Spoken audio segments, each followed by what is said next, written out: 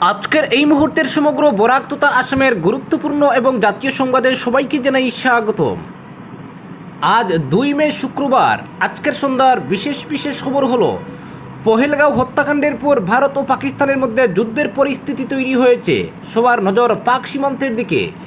এর ফায়দা নিয়ে বাংলাদেশ সীমান্তে নাশকতার চোখ কষা হতে পারে, এমন ইঙ্গিত পাওয়ার পর বাংলা সীমান্তেও নজরদারি বাড়িয়ে দেওয়া হয়েছে।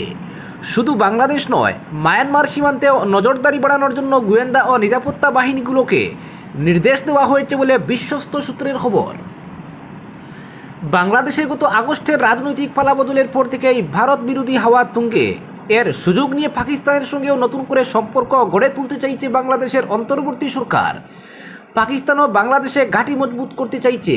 এর মধ্যে বাংলাদেশের অন্তর্বর্তী সরকারের প্রধান উপদেষ্টা মোহাম্মদ ইউনূস কিছুদিন আগে বেজিংয়ে গিয়ে বলেছেন, ভারতের উত্তর পূর্ব চীনের জন্য উর্বর এলাকা। এরপর থেকেই ঢাকার সঙ্গে দিল্লির সম্পর্ক চরম তিক্ততায় পৌঁছে গেছে। এর মধ্যে পশ্চিমবাংলার মুর্শিদাবাদে ওয়াকফ বিরোধী আন্দোলনে সাম্প্রদায়িক উত্তেজনা ছড়িয়েছে। 3 হিন্দু ব্যক্তির মৃত্যু হয়েছে মুর্শিদাবাদ বাংলাদেশ সীমান্তবর্তী। ফলে সেদিকেও নজর রাখার নির্দেশ দেওয়া হয়েছে গোয়েন্দা ও নিরাপত্তা বাহিনীকে। অন্যদিকে মণিপুরে গত 2 বছর থেকে যে জাতি দাঙ্গা চলছে, এর নেপথ্যে মায়ানমারের বড় ভূমিকা থাকার সম্ভাবনা উড়িয়ে দেওয়া যায় না। ফলে পাকিস্তান সীমান্তে ভারতের বাহিনী মোতায়েনের সুযোগ নিয়ে মায়ানমার থেকেও নাশকতার আশঙ্কা থেকে যাচ্ছে। এই পরিস্থিতিতে গতকাল ইউনূস নিজেই যুদ্ধের সম্ভাবনা রয়েছে বলে মন্তব্য করে বাংলাদেশের সেনাবাহিনীকেও প্রস্তুত থাকার আহ্বান জানিয়েছেন। শুধু বাংলাদেশের সরকার নয়, আতঙ্কে রয়েছে মৌলবাদী ও জঙ্গি সংগঠনগুলিও। ভারতীয় গোয়েন্দা সংস্থা সূত্রের খবর, মৌলবাদী ও আইএসআইয়ের প্রত্যক্ষ মদতে বাংলাদেশে নতুন করে সংগঠিত হচ্ছে জঙ্গি শক্তিগুলি। শেখ হাসিনার আমলে টানা যৌথ অভিযানে যাদের মেরুদণ্ড ভেঙে দিয়েছিল পুলিশ ও সেনাবাহিনী, পশ্চিম সীমান্তে পাকিস্তান ও পাক অধিকৃত কাশ্মীরে জঙ্গিদের লঞ্চিং প্যাডগুলি গুড়িয়ে দেওয়ার পাশাপাশি ভারতীয় সেনা পূর্ব সীমান্তেও সার্জিক্যাল স্ট্রাইক চালিয়ে জঙ্গি নিকেশে নামতে পারে, এমন আশঙ্কায় তারা এখন প্রশিক্ষণ বন্ধ রাখার কৌশল নিয়েছে বলে খবর। পাকিস্তান সীমান্ত এবং পাক অধিকৃত কাশ্মীরের সঙ্গে নিয়ন্ত্রণ রেখায় শক্তি বাড়িয়েছে ভারত, কিন্তু কোনো ঘোষণা ছাড়া পূর্ব সীমান্তেও যে দিল্লি অতিরিক্ত বাহিনী এবং অস্ত্রশস্ত্র মোতায়েন করেছে, সে খবর বাংলাদেশের সামরিক গোয়েন্দা সংস্থা ডিজিএফআইয়ের নজর এড়ায়নি।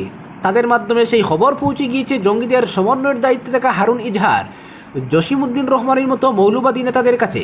গত কয়েক সপ্তাহ ধরে হাসিমারা থেকে ভারতীয় যুদ্ধবিমান যে আকাশে মহড়া দিচ্ছে, তা নিছক পাকিস্তানকে শিক্ষা দেওয়ার প্রস্তুতি বলে মনে করছে না জামাতে ইসলামী এবং আইএসআইয়ের মদতপুষ্ট জঙ্গিরা। কারণ তাদের প্রস্তুতির অন্যতম প্রধান লক্ষ্য ভারতেও নাশকতার মাধ্যমে সন্ত্রাস ছড়ানো। বাংলাদেশ সেনাবাহিনীর প্রাক্তন অফিসার পরিচয় দিয়ে একদল লোক বাংলাদেশে বিএনপি জামাতে ইসলামীর প্রভাবিত বিভিন্ন টিভি চ্যানেলের টক শোতে বসে নানা ভুয়ো তথ্য দিয়ে ভারত বিরোধী জিগির ছড়িয়ে চলেছেন। সামরিক শক্তির দিক দিয়ে ভারত কিছুই নয়, বারবার যুদ্ধে ভারত পরাজিত হয়েছে, ভারতের হাতে থাকা পারমাণবিক শক্তি আদৌ অত্যাধুনিক নয়, এমন সব মিথ্যা তথ্য নাটকীয়ভাবে বলে চলেছেন তারা। ভারতীয় গোয়েন্দাদের মতে যুদ্ধের একটা কৌশল সাইকোলজিক্যাল অপারেশন, সংক্ষেপে যাকে বলে সাইয়ব। গোয়েন্দারা বলছেন, বাংলাদেশের প্রাক্তন এই সেনাকর্তারা আদতে তৃতীয় পক্ষ হিসেবে পাকিস্তানের হয়ে মনস্তাত্ত্বিক যুদ্ধে অংশ নিচ্ছে। গোয়েন্দারা মনে করেন, বাংলাদেশে অন্তর্বর্তী সরকারের সুতোটি ধরে রেখেছে পাকিস্তান প্রেমী জামাতে ইসলামী এবং নিষিদ্ধ জঙ্গি সংগঠন হিজবুত তাহরির। ইউনূস একটা মুখোশ মাত্র। জামাতের সঙ্গে পাকিস্তানের সখ্য ঐতিহাসিক। জামাতে ইসলামীর আন্তর্জাতিক সদর দপ্তর এখনও লাহোরে, জামাতের শাখাও আছে পাকিস্তানে। দিল্লিতে স্বরাষ্ট্র মন্ত্রকের সূত্র জানাচ্ছেন, গত মাসেও কাঠমান্ডুতে পাক চোরদের সঙ্গে জামাতের একটি দলের বৈঠক হয়েছে। নিশানা অবশ্যই ভারত। জঙ্গি ও তাদের হ্যান্ডলারদের গতিবিধির বিষয়ে গোয়েন্দা তথ্যের ভিত্তিতে বাংলাদেশ সীমান্তে প্রহরা ও নজরদারি বাড়ানো হয়েছে। স্বরাষ্ট্র মন্ত্রকের কাছে খবর এসেছে, পশ্চিমবঙ্গের পাশাপাশি ত্রিপুরাও জঙ্গিদের নজরে রয়েছে। পশ্চিমবঙ্গ সীমান্তে রাজশাহী, চাপাই, নবাবগঞ্জে, পদ্মার চরে ঘাঁটি গেড়ে জঙ্গিদের অস্ত্র প্রশিক্ষণ হচ্ছে। ত্রিপুরা সীমান্তের কাছে কুমিল্লা এবং আসামের নিচে সিলেটেও এমন প্রশিক্ষণ ঘাঁটি চলছে বলে গোয়েন্দা তথ্য মিলেছে। পরবর্তী খবর, ভারতীয় সেনার S-400 যেন শ্রীকৃষ্ণের সুদর্শন চক্র। দিশেহারা পাকিস্তান, উদ্ভ্রান্ত পাক বায়ুসেনা। ভারতের মাত্র একটি ডিফেন্স সিস্টেমই আস্ত পাক বায়ুসেনার ঘুম উড়িয়ে দিয়েছে। ভারতের সবচেয়ে মারাত্মক ডিফেন্স সিস্টেম S-400 এর কথা বলা হচ্ছে, যার আতঙ্কে ভিক্ষায় পাওয়া মার্কিন F-16 বা চীনা JF-17 পাক বায়ুসেনা কোথায় মোতায়েন করবে ভেবে কুল কিনারা করতে পারছে না। রুশ নির্মিত S-400 এর শক্তিশালী রেডারের বয়ে এলওসি থেকে F-16 সরিয়ে তার পরিবর্তে চীনা F-17 মোতায়েন করেছে পাক সেনা খবর সূত্রের। কেন S-400কে এত ভয়? কেন এই ডিফেন্স সিস্টেমকে ভারতের আয়রন ডোম বলে প্রতিরক্ষা বিশেষজ্ঞরা? কী কাজ করে এই ডিফেন্স সিস্টেম? ইতিমধ্যেই চীন ও পাকিস্তানের কথা মাথায় রেখে দেশের একাধিক গুরুত্বপূর্ণ স্ট্র্যাটেজিক লোকেশনে অন্তত 3 স্কোয়াড্রন SF-400 মোতায়েন রেখেছে ভারতীয় ফৌজ। ফৌজিরা একে ডাকেন সুদর্শন বলে। শ্রীকৃষ্ণের সুদর্শন চক্র যেমন কোনো শত্রুকে রেয়াত করতো না, তেমনি ভারতের এই ডিফেন্স সিস্টেম ভারতের বিরুদ্ধে দিয়ে আসা কোনো মিসাইল বা ফাইটার জেটকে আস্ত রাখে না। 2025-এর শেষেই সেনার ভাড়ারে চলে আসবে আরও 1 স্কোয়াড্রন, 2026-এর মধ্যে আরও 1 স্কোয়াড্রন। একটি স্কোয়াড্রনে 16টি করে সাজোয়া গাড়ি থাকে। প্রতিটি গাড়িতে থাকে missile launcher, radar system, control centre ও সাপোর্ট ভেহিকেল। 600 কিলোমিটার দূর থেকে ভারতের সুরক্ষা বলয়ের দিকে দিয়ে আসা যে কোনো বস্তুকে চিহ্নিত করতে পারে S-400। 4 রকমের মিসাইল থাকে এতে। 400 কিলোমিটারের বেশি কাছে এলেই মিসাইল ছুটে গিয়ে ধেয়ে আসা বস্তুকে ধ্বংস করে দেয়।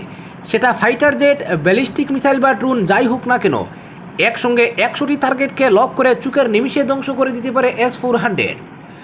2018-এ দীর্ঘদিনের বন্ধু রাশিয়ার কাছ থেকে 39,000 কোটি টাকার বিনিময়ে 5 স্কোয়াড্রন S-400-এর চুক্তি স্বাক্ষর করে ভারত। সেই থেকেই ভারতীয় সেনার বর্ডারে এটি অত্যন্ত গুরুত্বপূর্ণ সামরিক অস্ত্র হিসেবে রয়েছে। পহেলগাঁওয়ে নিহত 26 জন ভারতীয় নাগরিকের হত্যার বদলা নিতে ফুসছে দেশের সেনাবাহিনী।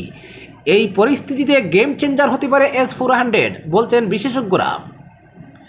পাকিস্তানের কথা মাথায় রেখে পাঞ্জাবে, চীনের কথা মাথায় রেখে শিলিগুড়ির গোপন লোকেশনে মোতায়েন রয়েছে এক স্কোয়াড্রন করে S-400।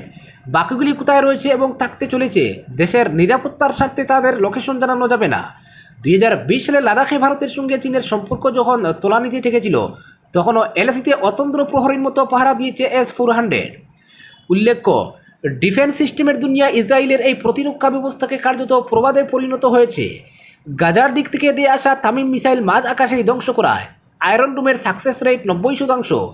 2011 থেকে অন্তত 2000 বার ইসরায়েলের একাধিক শহরকে আগলে বাঁচিয়ে রেখেছে আয়রন ডোম। ভারতের ক্ষেত্রেও প্রায় একই ভূমিকা পালন করে আসছে S-400। এর রেডারের রেঞ্জ প্রায় 600 কিলোমিটার। পরবর্তী খবর, হাই স্পিড করিডোর ধরে আসবে আর্থিক প্রগতি, সীমান্ত সুরক্ষা, বাণিজ্য। ঘন্টায় 80-100 কিলোমিটার গতিতে গাড়ি ছুটাই শুধু নয়, দৈনিক 19-20 হাজার যাত্রীবাহী যান চলাচল করতে পারে প্রস্তাবিত হাই স্পিড করিডোর ধরে। গুয়াহাটি থেকে শিলচরের মধ্যে দূরত্ব হ্রাস পাবে 25%। যাতায়াতের সময় 9 ঘন্টা থেকে কমে হবে 5 ঘন্টা। হাই স্পিড করিডোরে সংযুক্ত হওয়ার ফলে মিজোরাম, ত্রিপুরা ও মণিপুরের আর্থিক প্রগতির পথ প্রশস্ত হবে। আন্তর্জাতিক সীমান্ত সুরক্ষা এবং বাণিজ্যের প্রসারও ঘটবে। মূলত ওই বিষয়গুলি সামনে রেখেই বুধবার মোদীর মন্ত্রিসভা গৃহীত হয়েছে মেঘালয়ের বড়াপানি অর্থাৎ মাউলিংখুং থেকে বরাকের 5 গ্রাম অবধি হাই স্পিড করিডোর নির্মাণের প্রস্তাব। পুরোপুরি নতুন ওই সড়ক নির্মাণে ব্যয় হবে 22,864 কোটি টাকা। মোট 166.80 কিলোমিটার দূরত্বের মধ্যে মেঘালয় ছুঁয়ে যাবে 144.80 কিলোমিটার। বাকি 22 কিলোমিটার থাকবে কাছাড় জেলায়। বৃহস্পতিবার নির্মাণকারী সংস্থার পক্ষ থেকে প্রস্তাবিত করিডোরের রূপরেখা প্রকাশ করা হয়েছে। Guwahati Silchar high speed corridor হলেও মূলত সড়ক নির্মাণ শুরু হবে মেঘালয়ের মাউলিংখুং থেকে। গুয়াহাটি থেকে ওই অংশে রয়েছে 4 লেনের সড়ক, তাই মাউলিংখুং থেকে 5 গ্রাম অবধি নির্মাণ করা হবে নতুন 4 লেনের সড়ক। তাছাড়া 5 গ্রাম থেকে শিলচর অবধি 22 কিলোমিটার 2 লেনের সড়ক ও 4 লেনের সড়কে রূপান্তরিত করা হবে। নির্মাণকারী সংস্থা জানিয়েছে প্রস্তাবিত হাই স্পিড করিডোর ছুঁয়ে যাবে মেঘালয়ের 4 জেলা রিবই, ইস্ট খাসি হিলস, ওয়েস্ট জয়ন্তিয়া হিলস এবং ইস্ট জয়ন্তিয়া হিলস জেলা। বড় শহরের মধ্যে গুয়াহাটি, শিলংছড়া, শিলচর, দায়াং পাস, উমলুং, ক্লারিয়াট, রাতাথোড়া, ইমকিয়াং, রাতাথোড়া এবং কালাইনের সঙ্গে সংযুক্ত থাকবে ওই করিডোর। নির্মাণকারী সংস্থা জানিয়েছে হাই স্পিড নির্মাণের ফলে গুয়াহাটি ও শিলচরের মধ্যে দূরত্ব কমে হবে 245 কিলোমিটার। যাতায়াতের সময় 9 ঘন্টা থেকে কমে হবে 5 ঘন্টা। প্রায় 25% দূরত্ব হ্রাস পাবে এবং যান চলাচলের গতি বৃদ্ধি হবে প্রায় 100%। ঘন্টায় 80-100 কিলোমিটার গতিতে গাড়ি ছুটতে পারবে। দৈনিক 19-20 হাজার যাত্রীবাহী যান চলাচল করতে পারবে প্রস্তাবিত হাই স্পিড করিডোর ধরে।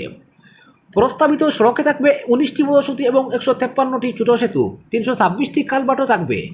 ভেহিকল আন্ডারপাস থাকবে 22টি এবং ভেহিকল ওভারপাস থাকবে 26টি। সড়কে ট্রাক লেবাই থাকবে 6টি, বাস বে থাকবে 28টি। এই গুড়া সড়ক নির্মাণের কাজে সম্পূর্ণ করতে প্রত্যক্ষ পরোক্ষভাবে 137 লক্ষ কর্মদিনের প্রয়োজন হবে। নির্মাণকারী সংস্থা জানিয়েছে সড়ক নির্মাণের জন্য মাটির কাজে ব্যয় হবে 12,087 কোটি টাকা, জমি অধিগ্রহণে ব্যয় হবে 3,503 কোটি টাকা। সড়ক নির্মাণের দায়িত্বে থাকা সংস্থার বিবৃতিতে বলা হয়েছে, কেন্দ্রের অ্যাক্ট ইস্ট নীতি রূপায়ণের দিক থেকে অত্যন্ত গুরুত্বপূর্ণ বলে বিবেচিত হবে ওই করিডোর। ও গুয়াহাটি সহ বহির্ভারতের সঙ্গে ত্রিপুরা, মণিপুর, মিজোরাম এবং বরাক উপত্যকার যোগাযোগের উন্নতি শুধু নয়, রাজ্য রাজধানীর সঙ্গে সংযোগের ফলে উত্তর পূর্বের আর্থিক প্রগতি ত্বরান্বিত হবে। মেঘালয়ে শিল্প বিকাশের সম্ভাবনা উজ্জ্বল হবে, কারণ প্রস্তাবিত হাই স্পিড করিডোর মেঘালয়ের সিমেন্ট এবং কয়লা উৎপাদিত হওয়া অঞ্চলের মধ্য দিয়ে যাবে। গুয়াহাটি শিলচর বিমানবন্দরের সঙ্গে সংযোগ থাকবে বলে মেঘালয়, মণিপুর, মিজোরাম, ত্রিপুরায় পর্যটনের সম্ভাবনাও বাড়বে। তাছাড়া আন্তর্জাতিক সীমান্তের সঙ্গে সংযোগ বৃদ্ধির ফলে সীমান্ত সুরক্ষার দিক থেকেও সহায়ক হবে এবং আন্তর্জাতিক বাণিজ্যের প্রসারও ঘটবে। তাই মেঘালয়ের বড়াপানি থেকে বরাকের 5 গ্রাম অবধি হাই স্পিড করিডোর নির্মাণে গোটা উত্তর পূর্বাঞ্চল উপকৃত হতে পারে বিবেচনা করেই মোদীর সরকার আসাম তথা উত্তর পূর্বের রাজ্যগুলির যোগাযোগ ব্যবস্থার উন্নয়নে এই বিশাল প্রকল্পে অনুমোদন দিয়েছে। আজকের বিশেষ সংবাদ এখানেই সমাপ্ত।